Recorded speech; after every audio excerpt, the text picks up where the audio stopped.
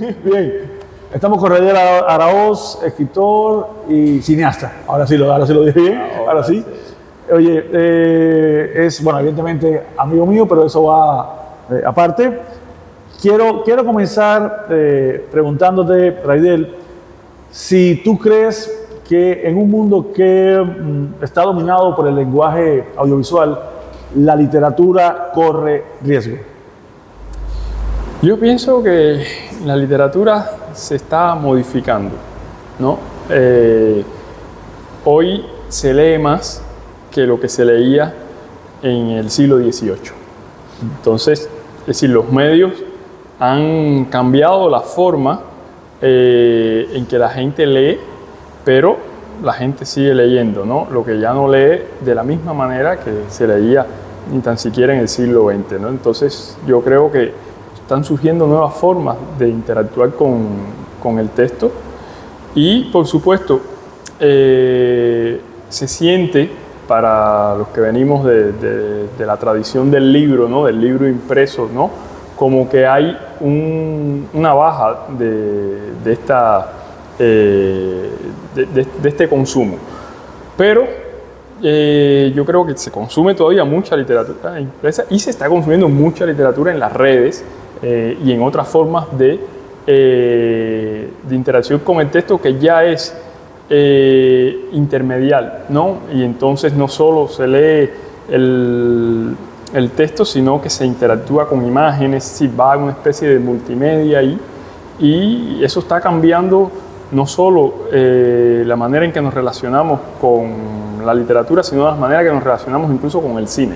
El cine tal como es hoy, como lo tenemos en mente, va a ser otra cosa en el futuro, ¿no? Ya está cambiando y está modificándose a otra cosa. De hecho, ahora que hablas de este asunto de los cambios, las modificaciones, tanto la interacción en términos de literatura, recuerdo que Arturo Pérez Reverte hace poco en una entrevista mencionaba que el futuro de la literatura estaba en los videojuegos. ¿Sigues esa línea?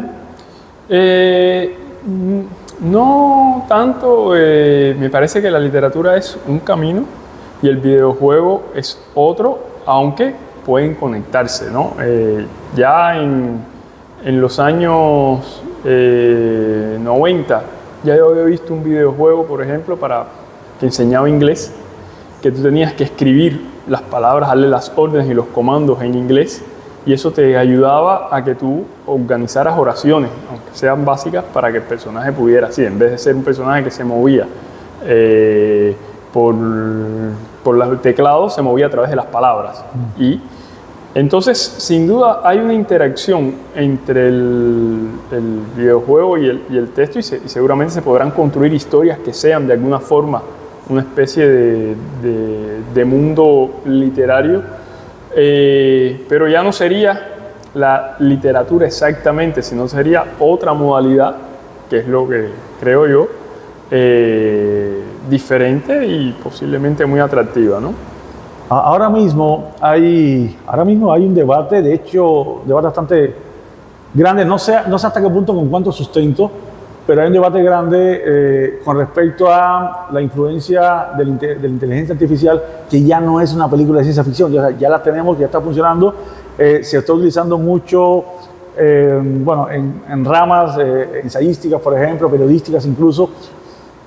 Pregunto, ¿crees que la inteligencia artificial, con fenómenos como el dichoso chat GPT, que ahora está sonando para todos lados, de que prácticamente estás hablando con una persona, bueno, evidentemente una persona muy inteligente, ¿crees que la inteligencia artificial puede en algún momento, quizás no suplantar, pero sí influir en el proceso creativo de la literatura? Yo creo que el camino de la inteligencia artificial es una puerta abierta a lo desconocido, no sabemos a dónde nos va a llevar, ¿no?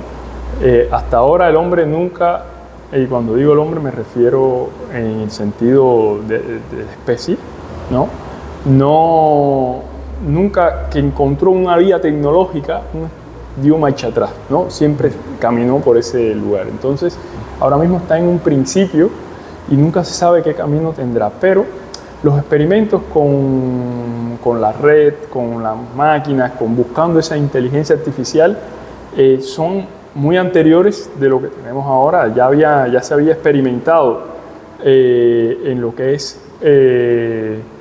la escritura con una base de datos en los años 70, con el comienzo de determinados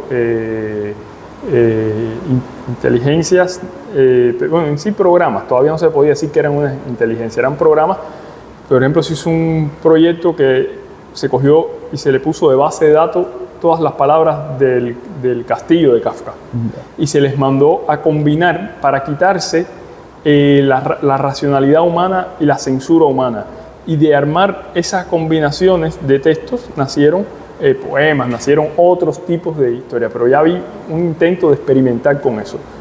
Eso ahora que hay patrones de reconocimiento, que se puede tomar decisiones, estas inteligencias artificiales, sin duda va a llevar a otra forma de interactuar el hombre con esas inteligencias que yo estoy seguro que van a desarrollar mucho y que llegará un momento que seguramente pueda competir en eficiencia y en todo con el ser humano. Eso para mí incluyendo la creatividad.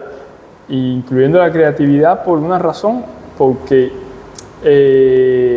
¿qué vamos a definir como creativo? Si ya una máquina tiene una especie de algoritmo y puede construir, organizando las palabras, un tipo de relato interesante, entonces vamos a leer esos relatos interesantes, ¿no?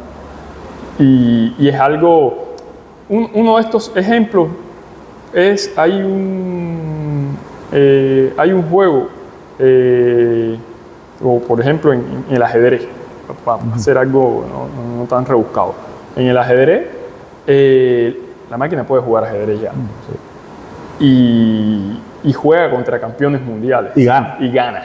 Entonces, ya tenemos un buen ejemplo de cómo la máquina puede competir con la inteligencia humana y ser superior. Entonces, yo creo que en tema de arte, donde no hay una definición cerrada de qué cosa es, cuál es el límite, cuál es el estándar, sino que se está rompiendo los códigos, se está creando constantemente en algo, entrará también toda la creación de las máquinas junto con la creación humana y crearán otro universo, tal vez como el de Bradbury o algo así, ¿no? Si una cosa me queda claro, Rayel, es que cuando tú hablas de experimentación hay que escucharte, porque desde que te conozco, primero en literatura, y me consta que también lo estás haciendo con el video, siempre te ha gustado mucho, evidentemente mucho más que el promedio, vamos, la onda experimental. Ya que llevas muchos años en eso y que evidentemente no fue una pasión de juvenil, fue algo que se te quedó, ¿por qué tú crees que te interesa tanto? ¿Por qué ese afán siempre por experimentar, sobre todo en módulos, estructura, en romper patrones formales? Yo creo que tiene que ver con una forma de organizar mi cabeza, ¿no? Más que... Sí, se puede organizar tu cabeza. Sí, se puede. Más que buscarlo, experimentar por algo, es por un deslumbramiento. Y con el tiempo he llegado a pensar que ese deslumbramiento es una forma de pensar mía, ¿no? Es decir, no siempre los caminos más convencionales me han seducido tanto como los caminos estos experimentales, sin que quiera decir que uno sea mejor que el otro, ¿no? No merece la pena hacer esa comparación burda. Hay personas que les van bien en un camino y que les gusta de determinada forma, y hay otros, y hay buenos ejemplos en los dos extremos. Pero es algo que se ajusta a mi forma de pensar, y me siento cómodo en esas formas de estructurar, ¿no? Relatos, imágenes, frases, poemas, en fin. Creo que es por esa razón. Ahora, ¿no crees, o pregunto, que sería una apuesta arriesgada, o quizás habría que hacer esa apuesta en una época donde evidentemente las grandes compañías cada vez más van por lo seguro entiéndase remakes, entiéndase series, entiéndase adaptaciones de novelas exitosas al cine, por ejemplo. O sea, cada vez las grandes compañías, hablo sobre todo de compañías cinematográficas, apuestan por las cosas seguras, las cosas que saben que van a vender y que por lo general no son muy experimentales. ¿Crees que deberían arriesgar en ese sentido, ser un poco más creativos, por llamarlo de alguna forma? Las grandes compañías no, porque las grandes compañías establecen un canon, ¿no? Y siguen un patrón, un canon bien establecido, y ahí radica también parte de sus ganancias. Entonces ya les va bien así, no les voy a decir que cambien para que... Pero no solo existen las grandes compañías, ¿no? Entonces siempre hay... Sí, es un público interesado en otras formas que yo creo que les funcionan bien a otro tipo de compañías. Digamos, por ejemplo, si tú quieres llegarle y que entienda todo, claro, y que quieres millones y millones y millones de personas, ese no es el camino de la experimentación. El camino de la experimentación es un camino que, primero, por encontrar fórmulas nuevas, necesita tiempo para que millones y millones de personas se adapten. Cuando eso ocurre, ya deja de ser experimental y se vuelve canónico. Entonces, yo lo que creo es que debe haber diversidad y que uno sabe que si quiere aspirar a que te vea todo el mundo en todos los cines o que te publique todas las editoriales, seguramente el camino de la experimentación no es el mejor, pero si te interesa experimentar y todo, en un público más pequeño puedes tener todos los goces que tienes también en otro, ¿no? La pregunta puede ser capciosa, te lo pregunto para que después no diga que estoy haciendo trampa, pero ¿cómo explicas, si es que te atreves a dar alguna hipótesis, un personaje, pienso en William Burroughs, por ejemplo, un tipo sumamente experimental? O sea, he leído libros de él donde hay que leerlo 4 o 5 veces y que evidentemente para nada sigue un argumento en el orden tradicional, pero sin embargo es un tipo muy exitoso en términos comerciales. O sea, ¿por qué crees que está ese éxito en personajes como él? Lo mismo podríamos decir de Bukowski, ¿no? No es para nada convencional. Born tiene que ver con todo el boom de la generación Beat, y eso se vendió esa plataforma también. Sí, ya estamos no en el momento en que empezaron ellos, sino ya ellos están de cierta forma acuñados y se considera ya buena literatura. Ya las editoriales lo venden dentro de una etiqueta, en el buen sentido de la palabra, de la generación Beat. Exactamente, y ahí encontraron un camino comercial, un producto, vamos. Y por ahí puede andar. Seguramente no vende tanto como pudieran vender otro tipo de literatura, que también lo hay de muy exitosa, ¿no? Otro tipo de bestseller que vende muchísimo más, porque de todas maneras, incluso en esa pone un freno el lenguaje de él. Sí. Necesita, porque es un tipo de lenguaje yonki, de toda esa, ¿no? Locura alucinada que le pone un freno a un público convencional, ¿no? Necesita un público más arriesgado en atravesarlo. Pero una literatura que no coge ese camino tiene tanto el otro público como ese. Entonces, pero hay, como te digo, público para todo el mundo. Yo pienso que todo lo que uno crea tiene un público. Lo que hay es que encontrarlo. A veces hay un poco de pereza de las editoriales por ese lío de ir por lo siempre seguro, y el arte no es un camino seguro, y no explorar cuál es el público para determinado autor, para determinado libro. Prefieren ya caminar por lo que ya conocen que salir a rastrearlo, ¿no? Si los editores hubieran pensado siempre así, no hubiera nacido la gente de la generación Beat. No se hubiera arriesgado, ¿no? los editores a publicarlo, porque cuando ellos empezaron no eran nada conocidos, nadie, es decir, salvo entre el grupo, y se volvieron, ¿no? Muy importantes, ¿sí? Unos escritores muy importantes para toda una generación, tanto en lo social como en lo literario. Has sido profesor por varios años en la Escuela de Cine de San Antonio de los Baños. He sido profesor allí en la escuela. Evidentemente, pues eso te permite una relación directa con, vamos a un término, prospectos, vamos, no quiero decir promesa, pero gente interesada, en este caso en cine, gente que está empezando a crear o quiere aprender para empezar a crear. ¿Qué tendencias ves en estas nuevas hornadas de posibles cineastas? Tendencias ya sean temáticas, estructurales, creativas en general. Como las tendencias, es decir, la escuela de cine donde yo doy clases aquí, en Cuba, es una escuela que es una escuela internacional, es decir, es una escuela que no solo es una escuela de cubanos, hay algunos cubanos, pero la mayoría de las personas son extranjeras, ¿no? Entonces,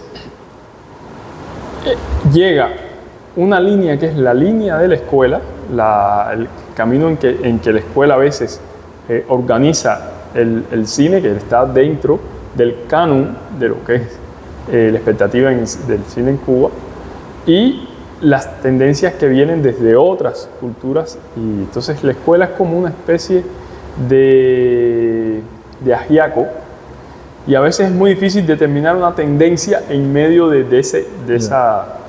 Pero la línea de la escuela tiene una buena línea para la exploración y la experimentación.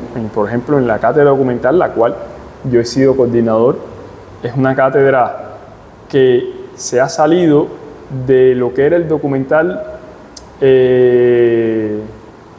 realista en cuanto a atender el problema de la sociedad inminente y ser casi que un reportaje, ¿no? de los sucesos reales de sociedad, hacia un documental donde la subjetividad humana entra también y se plantea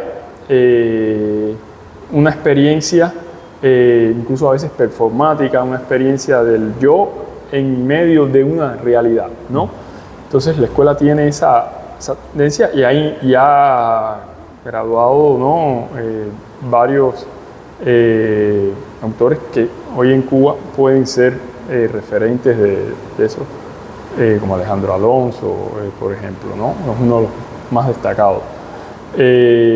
Y eso lo ha ido promoviendo, es decir, es yo creo que un rasgo muy interesante de la escuela de cine. Por ejemplo, pongo la cátedra documental, que la conozco muy, muy bien. Ahora,